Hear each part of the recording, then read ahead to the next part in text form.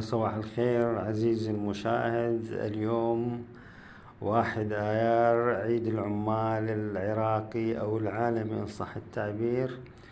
اليوم يحتفل عمال العراق الأشاوس بعيدهم الأغر. يعني نتمنى أن هذا العيد وبهذا العيد تزدهر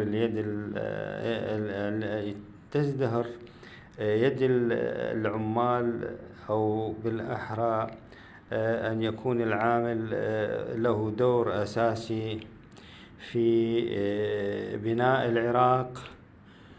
بناء العراق بكل محتوياته واحتياجاته، ولا يعتمد على اليد العاملة الأجنبية، باعتبار العراق هو أقوى وأجمل وعليه أن يبني العراق بيده وبسواعد أبنائه الأبطال. نتمنى بهذا العيد كل الحب والتقدير لعمال العراق الأشاوس.